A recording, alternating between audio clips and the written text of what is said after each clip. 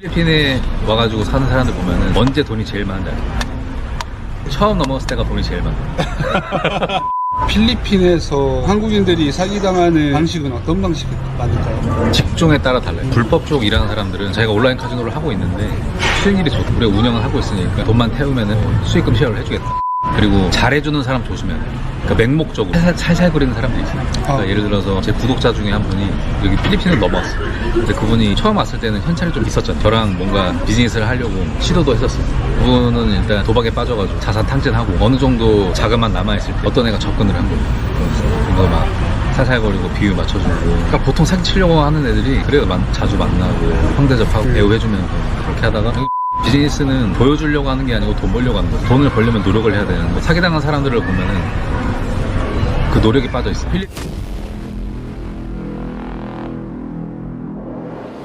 와, 거의 운전도 무법자들이네. 얘네가 보면은 약간 공격형 운전이라고. 사람들이 한국이었으면 막 빵빵거리고 난리 났을 텐데. 다들 그러니까 이렇게 다니는 와중에 사고가 잘 안 나요. 네. 저도 전에는 제가 운전을 직접 했었는데 저도 한국에서는 레이서였거든요. 필리핀이 인맥 하나로 사실 다 된다고 하더라고요. 그 드라마 카지노 보면은 제가 이런 얘기 하면은 뭐 차무식이냐 뭐 그런 얘기 많이 해요. 어느 정도 이상만 되면은 그런 고위공무원들 만날 일이 있어요. 예를 들어서 제가 세부에서 다이빙샵 할 때 경찰 다이빙 동호회가 저희 샵에서 했었거든요. 경찰도 부서가 있잖아요. 맞죠. 고속도로 순찰대, 공안경찰, 파출소 소장, 경찰서장, 그리고 그 지역 관장하는 뭐 경찰청장, 그런 친구들이 저희 샵에서 다 다이빙 했었거든요.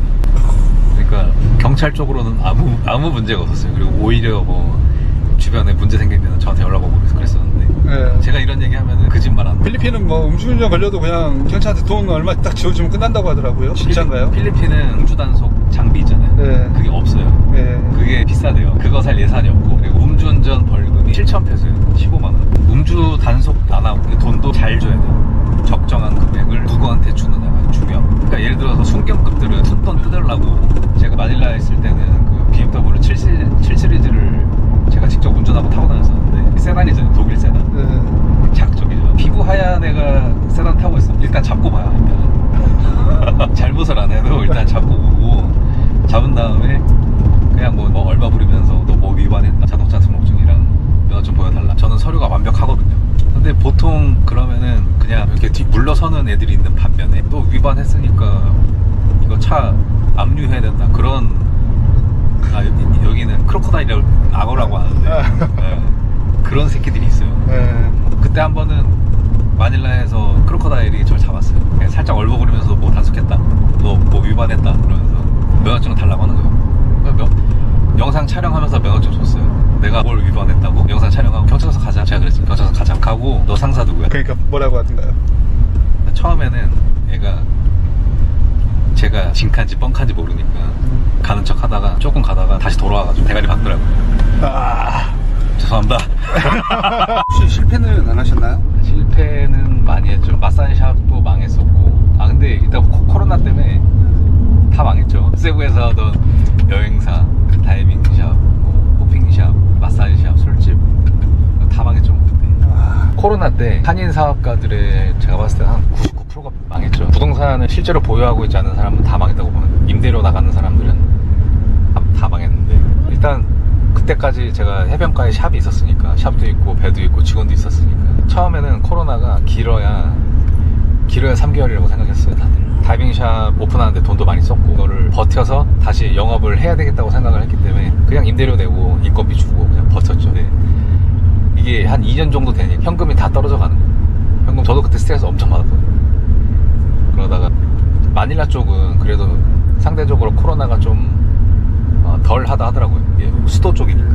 그 당시에는 엄청 친하지 않은 상태였는데, 나는 형님한테 부탁을 해가지고 돈 3,000만 원 빌려서 마닐라로 갔는데, 와, 이게 진짜 저는 제 스스로 그래도 좀 똘똘하다고 생각을 했거든요.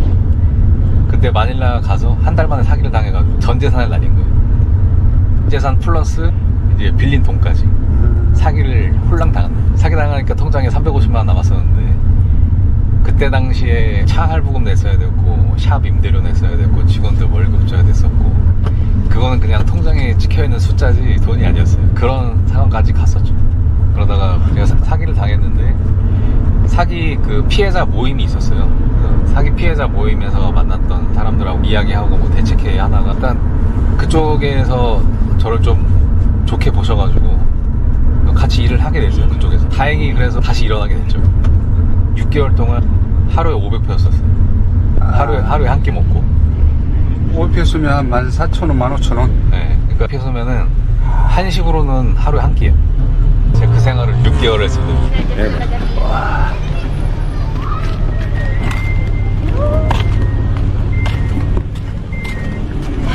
대표님도 시행착오가 있었을 거라고 생각을 합니다. 그 부분을 한번 털어주시죠. 제가 마닐라에서 사기를 당해가지고 같이 사기당한 사람들끼리 대책회의 피해자 모임 같은 게 있었어요. 그 동네가 마닐라의 보니파시오라고 한국으로 치면 청담동 같은 동네가 있어요. 거기 가면은 필리핀 같지가 않아요. 다 통유리로 된 그 고층 건물들이 있고 도로 포장 한국처럼 다 잘 돼 있고 거기는 약간 유럽 같아요. 유럽의 정비 잘 된 구획도시 같은 그런 동네가 있는데 그 동네는 주차비를 받는단 말이에요. 근데 제가 대책회의를 하고 집에 가려고 차 쪽으로 걸어가고 있었는데 주차비 이게 생각이 나는 거예요. 그때 지갑에 50페소 있었거든요. 근데 거기는 주차비가 3시간 이내는 100페소고 3시간이 지나면은 200페소인가? 그랬어요. 근데 지갑에 50페소 있는 거예요. 주차장을 나갈 수가 없어. 그래서 차 쪽으로 걸어가다가 다시 형들한테 걸어가가지고 그때 사실 별로 친하지도 않은 형들이었어요. 그냥 같이 사기를 당했다 뿐이지. 와, 정말 죄송한데 제가 사기당하고 난 직후라 지금 현금이 없습니다. 죄송한데 주차비 내야 되는데 잔돈 있으면 좀 부탁드립니다. 그때 형님 한 분이 200페소를 줬어요. 이게 필리핀 화폐 중에 200페소짜리가 있거든요. 근데 만약에 그 형이 100페소가 있어가지고 100페소를 줬으면은 또 못 나갔어. 그때 주차비가 200페소가 나왔거든요. 제가 정말 힘들었을 때는 지갑에 50페소가 1200원인데 그 돈이 없어가지고 주차장에서 못 나갈 뻔한 적도 있었어요. 필리핀 사기당하신 분들 많죠. 사기당한 사람들이 보통 어떻게 하냐면은 단톡방에 자기 사기 사례를 공유를 해요. 그리고 사기꾼이 누군지 공유를. 그렇게 해야지 사기꾼이 추가적으로 사기를 못 치고 그 사기꾼의 소재 파악도 할 수 있으니까 보통 그렇게 일 처리를 하는. 그러다 보니까 공유되는 사기꾼들이 좀 꽤 있어요. 그래서 보면은 그 단톡방에 여권 사진 올라오면 또 누가 사기 당했고. 필리핀에서 한국인들이 사기당하는 방식은 어떤 방식이 맞을까요? 직종에 따라 달라요. 불법 쪽 일하는 사람들은 자기가 온라인 카지노를 하고 있는데 수익률이 좋고 우리가 운영을 하고 있으니까 돈만 태우면은 수익금 쉐어를 해주겠다. 그런 식으로 해가지고 투자금을 유치를 하죠. 보통 보면은 손님이 많이 따가서 자본이 고갈돼가지고 망하는 경우가 대부분이거든요. 근데 그게 보면은 그걸 인위적으로 그런 상황을 만들 수가 있어요. 인위적으로 플레이어가 돈을 따는 상황을 만들 수가 있어요. 투자자는 그냥 손님이 많이 따가지고 투자를 했는데 그냥 아쉽게 그냥 이거는 사업이 잘못된 거고 사기란 생각을 못하고 그런 경우가 그 블랙 쪽에서는 많고 호텔 같은 경우에 보통 원주인은 필리핀 사람들이 원주인인 경우가 많고 근데 대신에 한국 사람이 임대를 해가지고 운영을 하는 거예요. 그러니까 쉽게 생각해서 운영권이 있는 거죠. 소유권은 없고 운영권은 있는데 그 운영권을 뭐 넘긴다는 식으로 이야기를 해 돈을 받았는데 구두로만 이렇게 하니까 실제로 그 운영권이 안 넘어가고 돈만 주는 경우도 있고 제가 방금 말씀드린 거는 제 주변에서 일어나는 술집 운영하는 매니저인데 이거를 매각을 한다. 권리금을 받고 넘겼어요. 근데 이게 한 명한테만 넘긴 게 아니고 한 2명, 3명한테 넘겼어요. 그러니까 자기가 이 매장 주인인지 아는 사람이 2명, 3명 있는 거예요. 근데 이 사기는 저도 세부에서 당했던 거예요.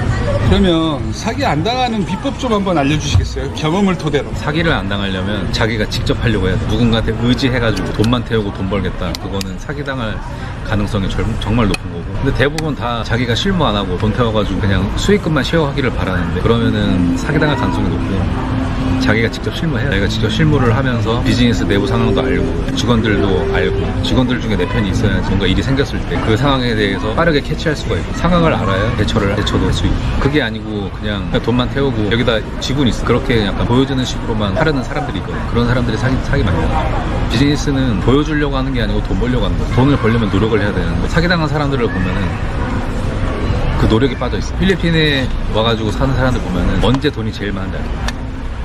처음 넘어갔을 때가 돈이 제일 많아. 현지 사정에 좀 밝은 사람한테 돈 태우고 투자자, 약간 회장처럼 하려고 그래. 그렇게 하고 싶은 사람들이 대부분이야. 근데 자기가 실무를 모르는데 어떻게 비즈니스가 제대로 돌아가겠어요. 그리고 잘해주는 사람 조심해야 돼요. 그러니까 맹목적으로 살살거리는 사람들이 있어요. 그러니까 예를 들어서 제 구독자 중에 한 분이 여기 필리핀을 넘어왔어요. 근데 그분이 처음 왔을 때는 현찰이 좀 있었잖아요. 저랑 뭔가 비즈니스를 하려고 시도도 했었어요. 그분은 일단 도박에 빠져가지고 자산 탕진하고 어느 정도 자금만 남아있을 때 어떤 애가 접근을 한 거예요. 그래서 막 살살거리고 비유 맞춰주고. 그러니까 보통 사기치려고 하는 애들이 그래요. 자주 만나고 황대접하고 배우해주면서 그렇게 하다가 형님 뭐 이거 좋은 거 있는데 이거 같이 한번 해보시죠. 근데 돈 받으면은 가는 거예요. 근데 그런 사람들은 사기를 치고 나서 어차피 얼굴이 공개가 되잖아요. 모든 사기꾼들이 공개되는 게 아니에요. 사기를 당하잖아요. 네. 그러면은 그 다음에는 그 사람을 오히려 도와주게 되는 경우가 많아요. 왜 그러냐? 어떻게든 받아야 되니까. 네. 조금이라도. 맞아요. 그게 진짜 아이러니한 거예요. 네. 그러니까 처음에는 건달이라고 하는 사람들도 뭐 한국집에 사람 보낸다, 뭐 욕하면서 위협하고 그러다가 돈 안 나오면은 그때부터는 장기 플랜으로 가는 거예요. 아. 얘한테 일을 시켜가지고 인건비로 까든 그래야 되니까 일을 줘. 일을 시켜가지고 돈을 벌게 해야 되니까. 그렇게 되는 경우도 많아요. 오히려 더 잘 살게 해주는 거죠. 그러니까 얘를 돈을 벌게 만들어야 돼. 그래야 내 돈을 받을 수가 있으니까. 벌어서 갚아라. 네. 근데도 사실 사기꾼들은 그 습성을 못 버리잖아요. 근데 사기꾼들은 개가 똥을 못 걷는 것처럼. 그러니까 사기꾼 걸을 때 가장 좋은 거는 자기 본명을 안 쓰는 거예요. 가명을 쓰거나 자기를 직함으로 불러라. 예를 들어서 제가 김씨니까 그냥 김이라고 할게요. 김 실장이라고 부르시면 됩니다. 아니면 김 과장, 김 부장이라고 부르시면 됩니다. 그런 사람들은 사기꾼이거나 한국에 기소중지들에 있거나 그럴 확률이 높은 사람들이 많아요. 본명을 알고 있는 상태에서 뭐 이렇게 불러주십시오. 뭐 별명식으로 그런 건 상관이 없는데 그냥 대뜸 처음부터 본명, 통성명 안 하고 제가 김씨니까 김 부장이라고 부르시면 됩니다. 김 실장이라고 부르시면 됩니다. 제 이름은 김남직인데 제 아들 이름 김지호입니다. 이렇게 가명을 쓴다거나 그럴 경우에는 확률이 좀 높죠. 실제로 마닐라에 있을 때 자기가 뭐 김 실장입니다 라고 이야기를 했는데 자기가 유명하대요. 처음 만났는데 저 모르세요? 이러는 거예요. 내가 어떻게 알아? 그 사람 얼마 안 있다가 한국으로 송환됐어요. 본명을 밝히지 않는 사람은 사기꾼일 확률이 높아요. 경험적으로 보면. 그러니까 다는 아닐 수 있는데 제 경험상 보면 그런 확률이 높다. 지금 카지노는 무슨 일로? 돈 빼러 왔습니다. 맡겨뒀던 거 찾으러.